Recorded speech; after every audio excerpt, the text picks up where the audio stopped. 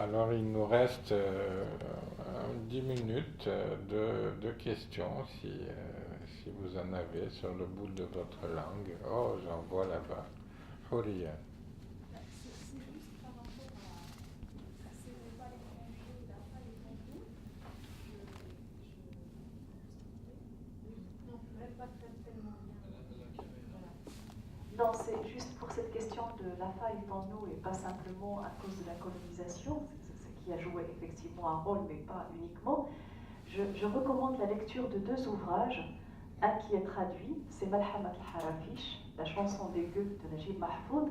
Et depuis le début, c'est-à-dire depuis, moi je trouvais ça sur le plan de la fiction extraordinaire, à savoir que le premier père est un bâtard. C'est-à-dire que l'origine est toujours fuyante. Ça, c'est vraiment, de point de vue psychanalytique, on n'a affaire qu'à ça, c'est-à-dire des histoires, des romans, le roman familial du névrosé, c'est une construction. Donc le père du père, on ne le connaît pas. C'est cette fuite dans l'origine. Et ça, c'est vraiment... Et tout au long de l'ouvrage, Najib Mahfoud cherche à dire pourquoi est-ce qu'il y a un Foutoua qui part, donc un despote, il y a un autre qui arrive, vraiment sur le drame de la société arabe. Et donc ça, c'est pour Malhamat al-Harafish. Il est traduit en français sous le titre de La chanson des gueux.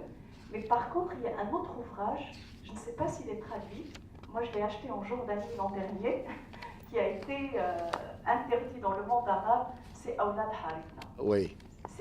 C'est aussi Najib Mahfoud, donc, qui était le romancier C'est pourquoi il a prix eu Nobel. prix Nobel pour ça, d'ailleurs. Oui, oui, le prix Nobel donc égyptien, dans ces deux romans, s'interroge sur le drame du monde arabe et effectivement, c'est quelle est cette faille, qu'est-ce qui fait qu'on soit aussi vulnérable et qu'on laisse comme ça la porte ouverte, que ça soit à Daesh, que ça soit à l'Empire ottoman, que ça soit...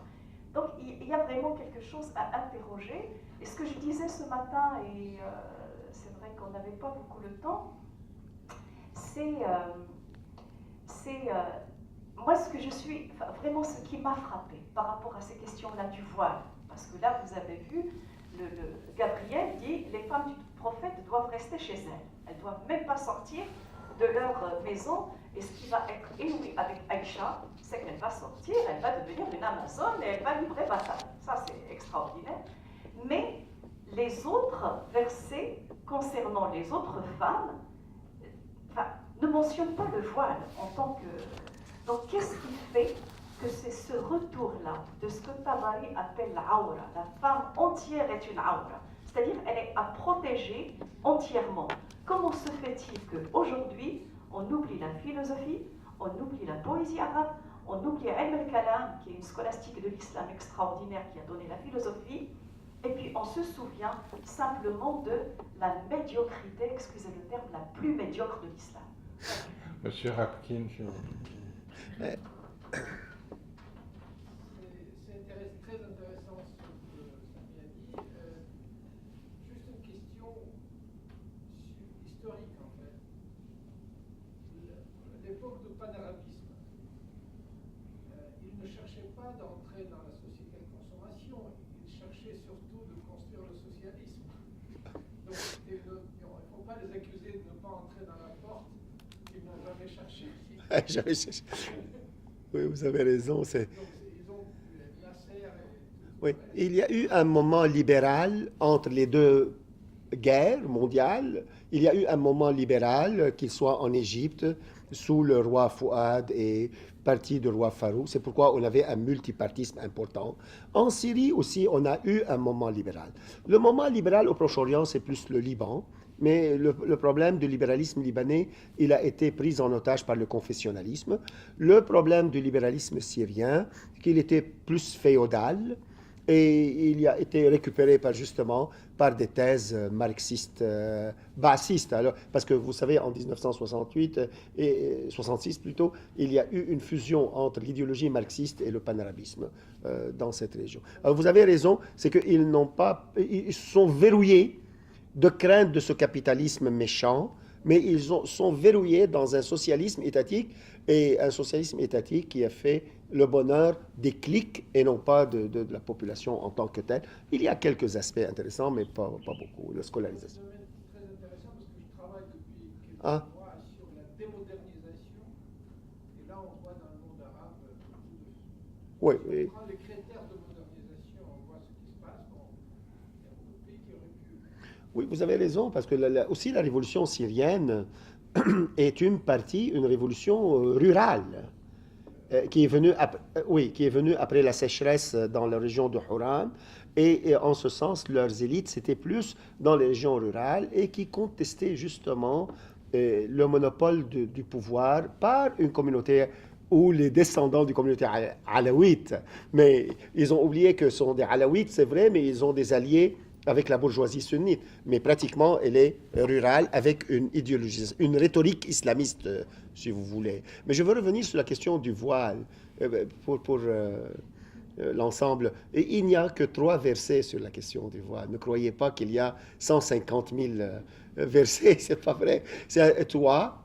Un verset qui pourrait signifier l'habit, l'autre verset signifie le hijab, qui est le rideau ou quelque chose, le mur de séparation dans une maison. Alors la question qu'on le porte, tout à fait le contraire. C'est une habitude persane, elle n'est pas une habitude bédouine. Vous savez, ce point, le niqab et voiler le visage, c'est chez les dynasties hachéminides, persanes, chez les Arabes. Moi, j'ai vu personnellement au Yémen, dans les régions rurales, les filles ne portaient pas de voile. Le Sud n'a jamais porté le niqab, par exemple. Alors, ça dépend. Et aussi, troisième signification, c'était de faire la différence entre les femmes du prophète et les autres, hein, et les femmes musulmanes et les non-musulmanes. Alors, c'était ce truc. Maintenant, quand on le porte ici, il faut regarder quel est le champ sémantique de la dame qui porte le voile. Il faut voir comment elle le comprend. Elle le comprend dans un champ sémantique large, c'est-à-dire les droits successoraux, que le divorce est entre les mains du mari, ou elle le comprend simplement comme afficher une certaine identité particulière. Ça, c'est... on ne peut pas le voir. Oui, s'il vous plaît, la dame. Madame Attani. Merci beaucoup pour vos interventions. Moi, j'ai été interpellée en vous écoutant, d'ailleurs, peut-être tous les 3 aussi ou les 4, par la question de la lecture, les niveaux de lecture. Ouais.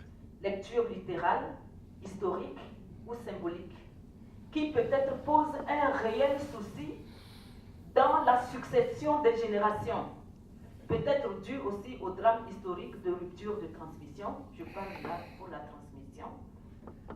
Est-ce que, c'est une question que je pose peut-être naïvement, est-ce que le développement de l'écriture, parce qu'on est là dans les textes, mais l'écriture, pas seulement le texte, ne fait pas perdre un tout petit peu le lien de la parole au dit? Enfin, je ne sais pas si vous me comprenez. Le dire, le partage, la parole, elle est aussi un dit.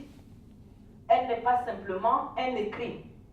Puisque tout écrit peut être en instant, une parole en instance d'être prononcée. Ma question, est-ce qu'il n'y aurait pas, dans la question de transmission, des drames de dissociation entre une transmission qui serait silencieuse, je ne sais pas, peut-être je m'exprime mal, du vu, du lu, et une transmission qui serait peut-être corrélée, l'écrit et le dit. Je ne sais pas si vous me saisissez. Non, à vrai dire, vous êtes en train de toucher la thèse centrale de l'intellectuel que je viens de citer, Mohamed Harkoun, sur le dit et le non-dit dans l'islam. Il a eu le malheur d'utiliser un terme ricoeurien de Paul Ricoeur, qui est la question du mythe. Et il a dit que dans l'islam, il y a des mythes. En arabe, quand vous traduisez le terme mythe, c'est ustura. Et pour beaucoup d'intellectuels et académiciens arabes, Le ustura, c'est-à-dire le mensonge, c'est-à-dire la légende, le khurafa. Oui? Alors, c'est le fait que lui, il a utilisé mythe au sens ricorien du terme, et il a été traduit en arabe par qu'il dit que le Coran est une légende, comme on dit, nous, au Québec, légende urbaine. Et ça, c'est là où il a eu un malheur, il a eu une rupture, et il a été excommunié, en tout cas, il a été apostasié. Et deuxième niveau de votre question, mais c'est plus ce que je disais tantôt, mettre le Coran dans le laboratoire des sciences linguistiques et sciences anthropologiques. Il y a des thèses nouvelles, certainement que l'institution establishment islamique ne l'accepte nullement, et qui dit que le Coran a été écrit, ou dans sa forme actuelle, à peu près 200 ans après le prophète. Et certainement, ce point, on mérite la mort si on le dit. C'est vrai. Ça. Mais il y a des études assez sérieuses et qui n'ont pas eu des réponses sérieuses. C'est ce que je signifie. Qu'on n'est pas dans la sphère de l'argument contre argument scientifique. Alors, je peux vous la nommer. Françoise Michaud a fait tout un livre sur ce point. Je n'ai vu qu'on a sacré contre elle, mais on ne l'a pas traité en scientifique. Par exemple, je vous donne quelque chose à l'anecdote, je m'excuse. J'avais un étudiant, jeune maghrébin, et je disais que, en classe sur l'islam, je disais que le mot Allah était adoré avant le prophète. Alors, il lève la main, il me dit, monsieur, Allah, c'est avec l'islam. Il n'a pas utilisé avant. J'ai dit, mais mon jeune, quel est le nom du père du prophète? Il ne savait pas, entre nous.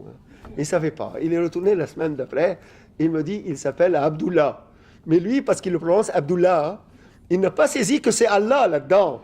Alors, j'ai dit, tu vois, c'est Abdullah. Donc, comment le père du prophète s'appelle Abdullah, et le mot Allah est venu avec l'islam. Alors, vous voyez, on a besoin d'une initiation scientifique pour voir le dire, le non-dit. Et aussi, j'aime la troisième remarque rapide, vous savez qu'il y a 7 lectures de l'islam. Il y a 7 lectures de le prononcer. Et dans le temps, on n'avait pas les déclinaisons ainsi, alors c'était sur la compréhension. Sur la compréhension. Et oui, mais moi, à un certain moment, j'ai espéré beaucoup avec le printemps arabe. D'ailleurs, j'ai écrit un livre, le printemps arabe, virage ou mirage, mais je pensais plus que c'était un virage. Maintenant, peut-être, je suis dans le mood mirage, mais à vrai dire, j'ai espéré beaucoup. Mais quand j'ai vu que l'establishment religieux musulman, surtout chez les sunnites, d'ailleurs, la différence entre le chiisme est non pas qualitative, elle est quantitative.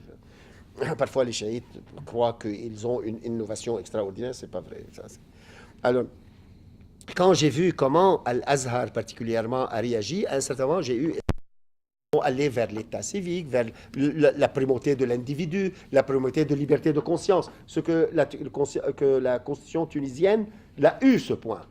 La constitution tunisienne, elle est presque unique, qui parle de la liberté de conscience. Alors ça, c'est un point important. Mais après, quand j'ai vu, quand il y a eu ce pilote jordanien qui a été tué par Daesh et a été brûlé, vous vous souvenez un peu de ces images?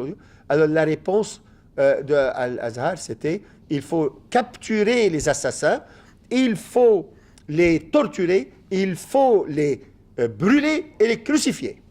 Alors la réponse de l'institution était pire que la réponse ou l'acte des criminels. Alors vous comprenez que nous ne sommes pas sortis du bois.